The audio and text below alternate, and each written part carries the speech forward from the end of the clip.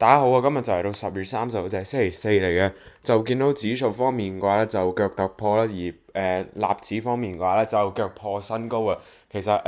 我都係咁講啦，就我自己就腳持有住 QQ 啦，同埋咧就腳持有住嗰啲個股啊，個股方面 MGM 啦、OXY 啦、FWT 嘅，就 MGM 方面嘅話咧，就今日出咗份業績啦。其實如果你話份業績方面嘅話，主要衰退嘅地方，即係主要 decline 嘅地方咧。就係佢 Las Vegas 嗰個地方，即係美國嗰個業務啊。而如果你睇翻嘅話咧，佢中國嗰個業務咧係有增長啦，有雙位數嘅增長啦，同埋佢嗰個 digital 嗰部分啊，即係咧做網上賭錢嗰部分咧，亦都有一個雙位數嘅增長嘅，差唔多有成30幾% 嘅增長嘅。而今日主要佢其實佢嗰個業績方面係revenue 方面係好過預期啦，不過佢就 EPS 都係低過預期嘅。主要咧都係啱啱就講咗啦，就係佢嗰個美國嗰個業務啦係有少少差啦，而我自己就覺得其實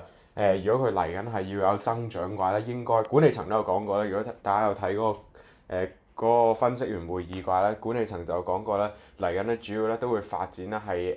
佢嗰啲海外業務啦，同埋亦都會發展咧佢嗰個 digital 嗰部分嘅話咧，如果佢嗰個 digital 部分嚟緊咧係可以分10億美金嘅話咧，其實咧係可以補呢一大條數嘅，即係補翻美國嗰個一大條數嘅。而佢嗰個投資嗰個毛利方面嘅話咧，管理層都有講過啦。其實未來咧有機會係會好大嘅，因為咧其實你做網上賭業嘅話咧，其實基本上係做同港交所係差唔多嘅。你基本上你 set up 咗個 system。你run 得差唔多嘅話咧，其實你嗰個毛利率咧係可以係好高嘅，所以就我自己就覺得，如果嚟緊佢係想繼續發展佢嗰個 EPS 嘅話咧，主要咧都係發展佢即係嗰個 digital venture 嗰部分啦，同埋咧佢嗰個回購方面嘅話咧，如果大家睇翻嘅話咧，今年咧係回購咗啦係年至今日差唔多啦係回購咗成10%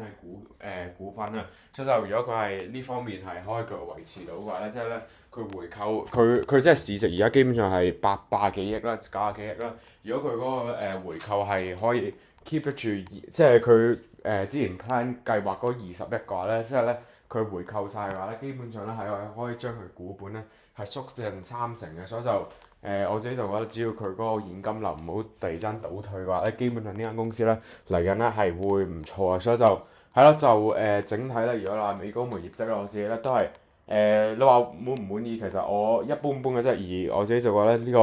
業績方面嘅話咧，都係接受到嘅。唯一係差少少啦，就係佢嗰個美國方面嘅業務啦。不過我自己就覺得 Las Vegas 方面嘅話，跌到某個位置嘅話咧，都係會跌停嘅。而我自己就覺得其實你話去到 Q3啊、Q4嘅話咧，應該咧係開始咧係會見底啦。而到時我係有望佢嚟緊聖誕節應該個季啊，應該係會唔錯嘅。而我自己就覺得 Las Vegas 嗰部分咧。有機會咧係會有翻一個增長嘅，即係如果話橫比嘅話，所以就係咯，就嚟緊呢要繼續留意住